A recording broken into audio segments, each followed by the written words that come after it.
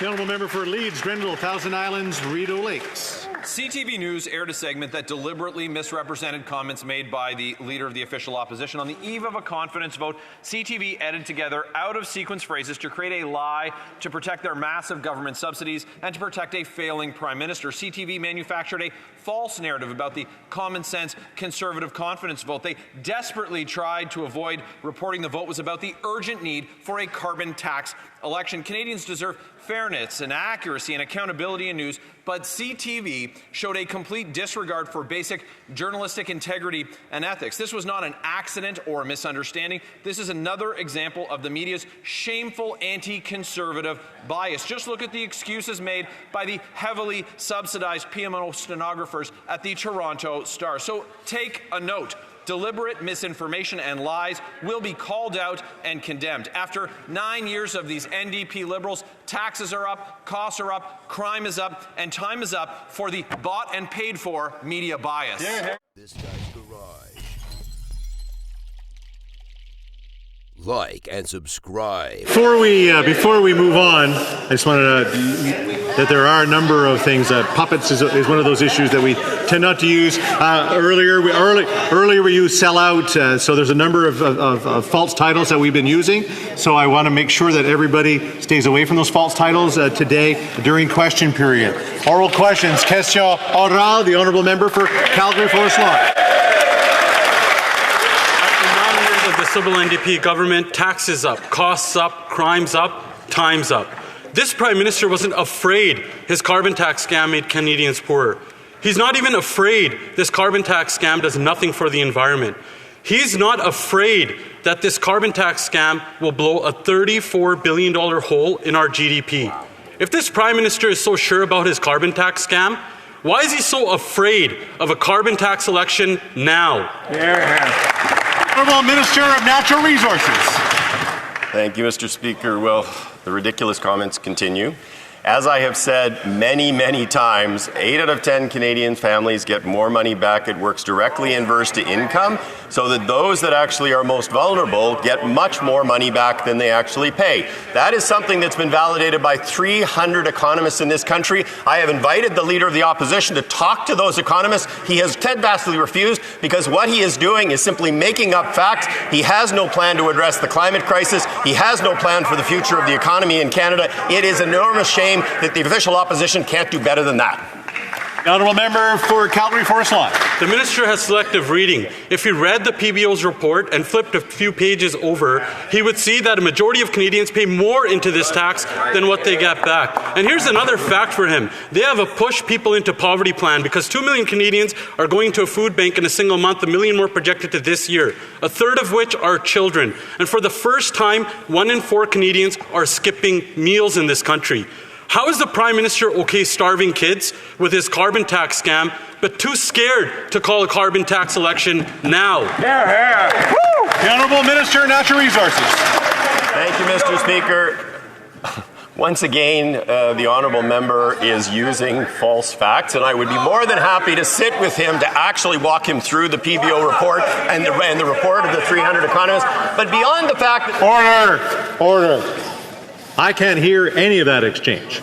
So I want to keep the noise to a minimum. Today would be great. The Honourable Minister can start from the top. Thank you, Mr. Speaker. Yet again, there are false facts being put forward. I would be very happy to sit with the honourable member and walk him through the PBO report, walk him through the 300 economist report that actually shows that 8 out of 10 Canadian families get more money back. But I would say beyond the misleading statements in this House, the hypocrisy is amazing. Every member on that side of the House ran in an election to put a price on pollution. Many of them, including the Leader of the Opposition, ran in 2008 under Stephen Harper, putting a price on pollution. The member for Pitt Meadows worked in the BC government when they put a price on pollution. The hypocrisy. The honourable member for Calgary Forest Lawn. That minister is more interested in sitting with politicians than sitting with Canadians who will tell them that his carbon tax scam is sending them to the food banks.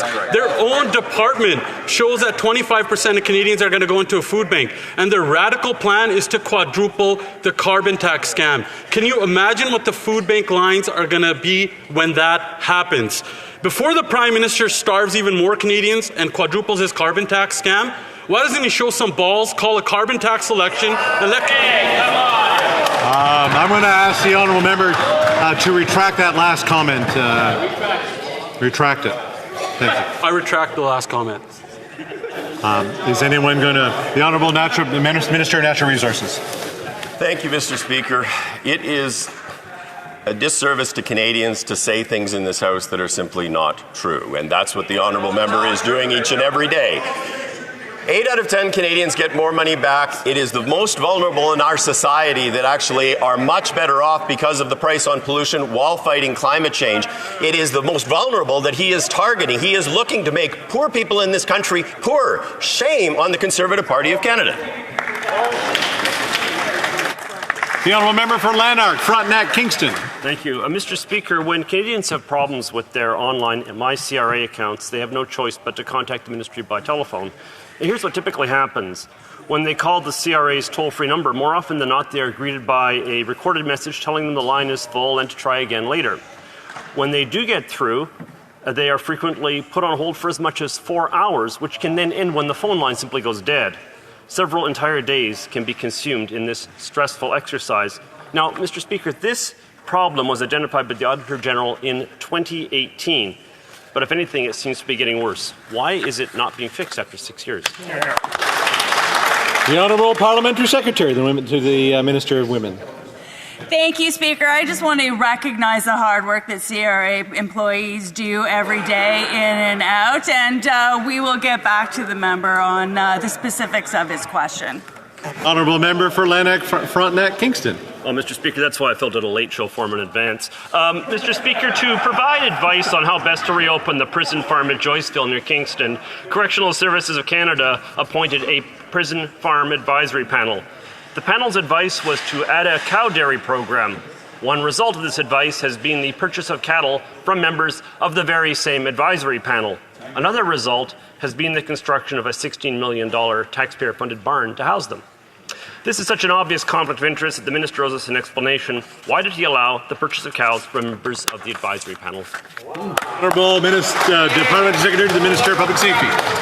Thank you, Mr. Speaker. It's not a surprise from the member opposite that he does not believe in the training programs for inmates that we know reduce recidivism. Mr. Speaker, it's pretty clear that not everybody comes from a position of privilege and has been able to access education and training, but we know when it comes to keeping communities safe that it is providing education and training for inmates that will keep our communities safe into the future. I appreciate the suggestion that the member has made, and we will continue to work on this to ensure that everybody is safe. Thank you. The honourable member for Winnipeg Centre.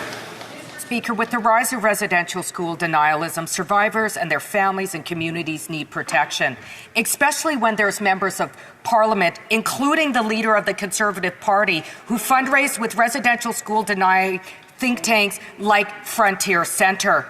Mr. Speaker, willfully promoting hatred against Indigenous people through residential school denialism has no place in Canada. So will the Liberal government support my bill to end this hate and protect the stories of survivors?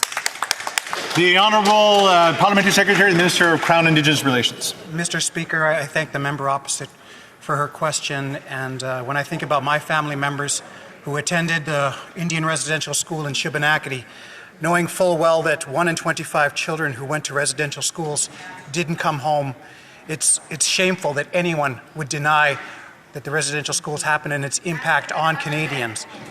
Our government is going to continue to create awareness. Our government is going to continue to support healing. Our government is going to continue to address past wrongs. We're committed to that.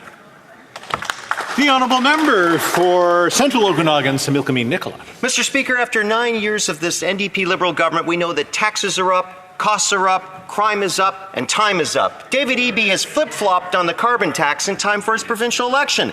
This means both parties contending for government want to axe the tax before winter.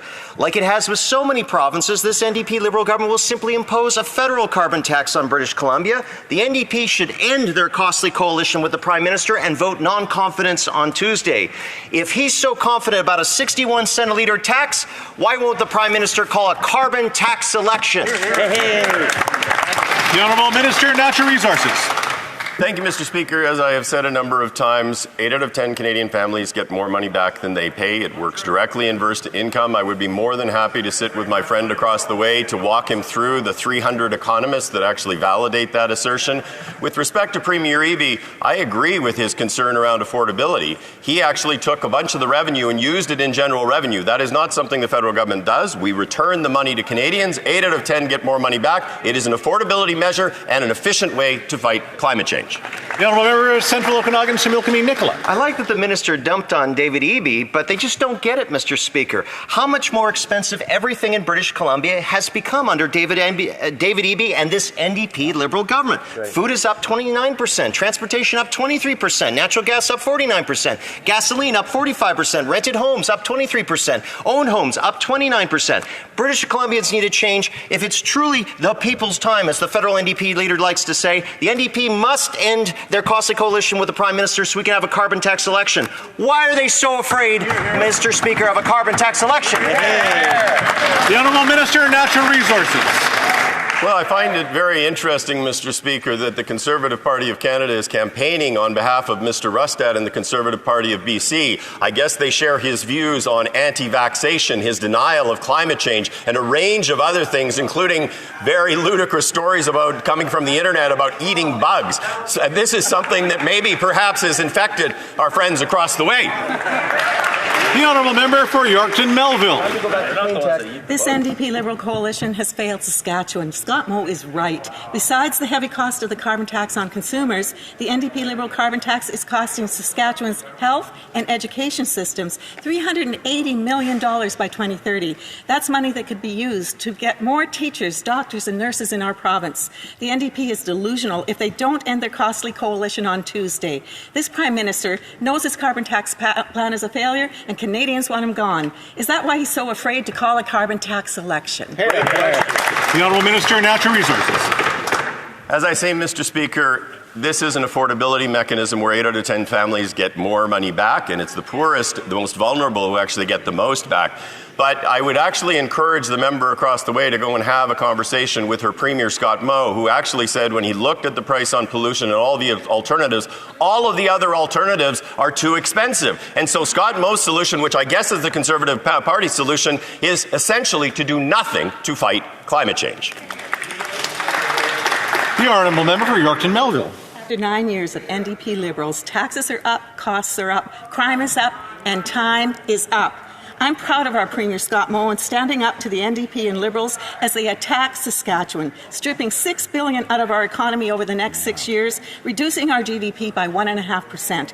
I agree with Moe. This NDP Liberal coalition must go. This Prime Minister knows his carbon tax plan is a complete failure. Is that why he's so afraid to call a carbon tax election? The Honourable Parliamentary Secretary. Thank you, Speaker. I want to take the opportunity here to point out that tomorrow is Safe Access to Abortion Day and to reaffirm that on this side of the House, we always stand up for a woman's right to choose. We're investing in reproductive health across this country. Unlike the Conservatives, who are to this day still greenlighting candidates who want to make abortion illegal in this country. The Honourable Member for Kildonan St. Paul. After 9 years of these NDP Liberals, taxes are up, costs are up, crime's up, and time's up, Mr. Speaker. After 9 years, violent crime is up 50% in this country, and sexual assaults are up 75% in Canada. A serial rapist in Edmonton was released on April, only 4 years after he sexually assaulted 5 women. Wow. Earlier this year, a child sex abuser was allowed out on bail. A warrant was issued for his arrest, and at that time, he allegedly sexually abused another child, Mr. Speaker. Bail and parole in this country are ruined under the Liberals and their NDP supporters. When will the Prime Minister call a carbon tax election and finally put the rights of victims first, Mr. Speaker? The Honourable Parliamentary Secretary. Mr. Speaker, gender-based violence has always been a problem. Many women in this House know this viscerally. When the Conservatives were in power, many sexual assaults were considered unfounded. They weren't even counted, and that has changed, Mr. Speaker. We listen to women now, and on this side of the House, for the first time ever, we have a government finally doing something about it. We've got a national action plan, $500 million rolling out across the country. The Conservatives oppose these measures. Their hidden agenda is not so hidden. A member for Kildonan St. Paul. Mr. Speaker, that member voted for Bill C-5, which allowed house arrest for sexual assault, Mr. Speaker. They also supported Bill C-75, which made it easier for repeat violent offenders, including rapists, to get bail. That's their record that the NDP supported every step of the way. When will they call a carbon tax election so we can finally stop the crime in this country, Mr. Speaker? The Honourable Parliamentary Secretary, Minister of Public Safety. Mr. Speaker, it's incredibly disturbing to see the member opposite talk about violence against women and then bring in their slogan of carbon tax election. It just shows how disingenuous Conservatives are when it comes to violence against women. And if they truly care about protecting women, then they should support our position on moving forward to get guns that were designed for the battlefield off our streets. As we know, women are disproportionately affected by gun violence, and it's a shame that Conservatives serve the gun lobby ahead of women. The Honourable Member for Kelowna Lake Country. After 9 years of the NDP Liberals, taxes are up, costs are up, crime is up, and time is up. The Federal Housing Agency's latest report proved again the Liberal photo-op housing policy is not building homes. The report shows housing starts are declining in major cities like Vancouver, Toronto, and Ottawa. You see it with more tent encampments and more people sleeping on the streets. On Tuesday, the NDP Liberals must end their costly coalition with the Prime Minister. Will they? Honourable Parliamentary Secretary. In fact, Mr. Speaker, she ought to look at the CMHC report that she just referenced a bit more closely. In major Canadian cities, like Montreal, for example, rental construction is up by 106%, in fact, in that community. Right. I'd also point out that the reason for that, Mr. Speaker, is the waiving of GST on the costs for rental construction.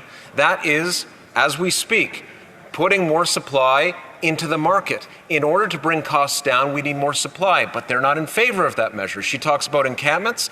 The Conservatives oppose everything this government has done to lower the number of encampments in this country.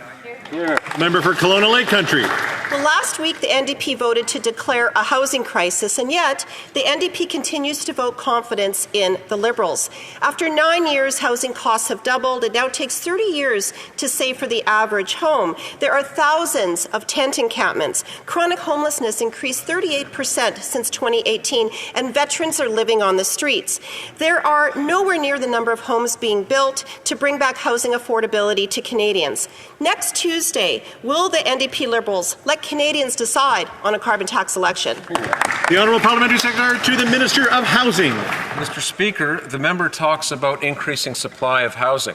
I point out that the Housing Accelerator Fund, which is the signature program of this government to increase supply, incents zoning changes at the local level. Restrictive zoning is the single biggest impediment to getting more supply on the market.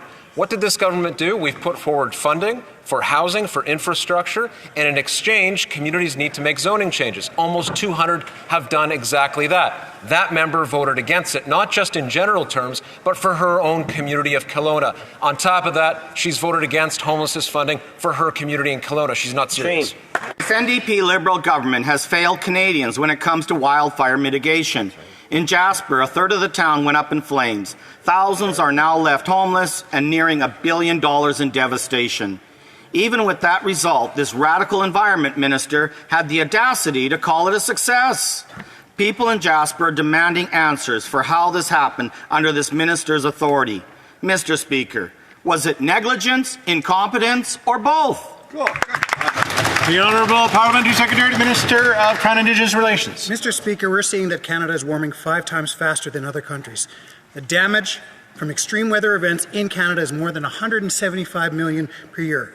But our environmental plan reduces emission and puts more money in the hands of 8 out of 10 Canadians. Climate change is real, and the Conservatives don't have a plan, and it's shameful. The honourable member for Yellowhead. I guess blaming climate change is easier than to admit to incompetence. In 2017, the former MP for Yellowhead gave warnings. For years, the mayor and forestry experts warned that a devastating wildfire in Jasper was inevitable without action. This radical environment minister knew it was coming and still chose to do nothing. Now a third of the town is gone, thousands are homeless, and nearly $1 billion in damage. Mr. Speaker, will the minister personally apologize to the people of Jasper for his failure? The Honourable Minister of Natural Resources. Thank you, Mr. Speaker. Not only, as my colleague said, does Canada actually have a comprehensive plan to address and mitigate carbon emissions that cause climate change, but we've also invested significantly in climate adaptation to ensure that we are taking the steps to do what we can to prevent significant impacts from the climate change that is already with us. Certainly, Parks Canada has been part of that. They are a leader in the context of managing the parks on a climate adaptation basis, and I think it's just reprehensible that he's throwing the officials from Parks Canada under the bus. The honourable member for Dauphin, Swan River, Neepawa. Mr. Speaker, an email obtained from the Environment Minister's Department revealed a senior official was questioning the political optics of forest management practices that prevent wildfires. The email stated, "At what point do we make the organizational decision to cancel planned prescribed burns in Western Canada? Political perception may become more important than actual prescription windows." End quote. Why were the political optics more important than forest management to the minister months before Jasper wildfires?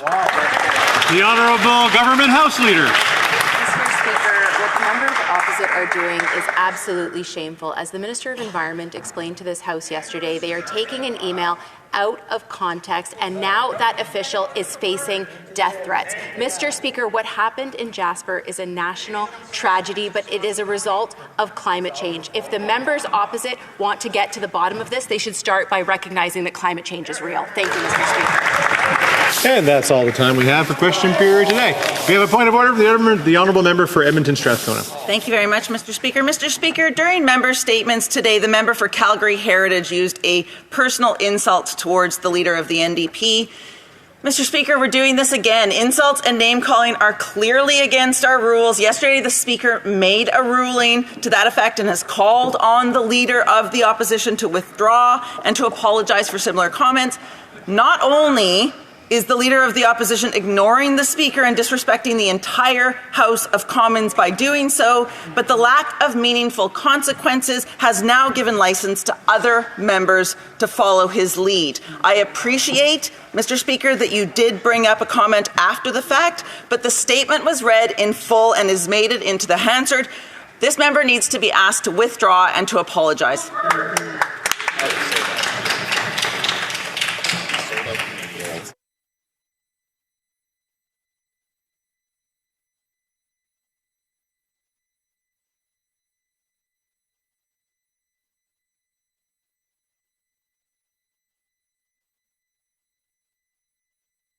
Thank the honourable member, and of course afterwards I didn't catch it, and I guess I'm not perfect.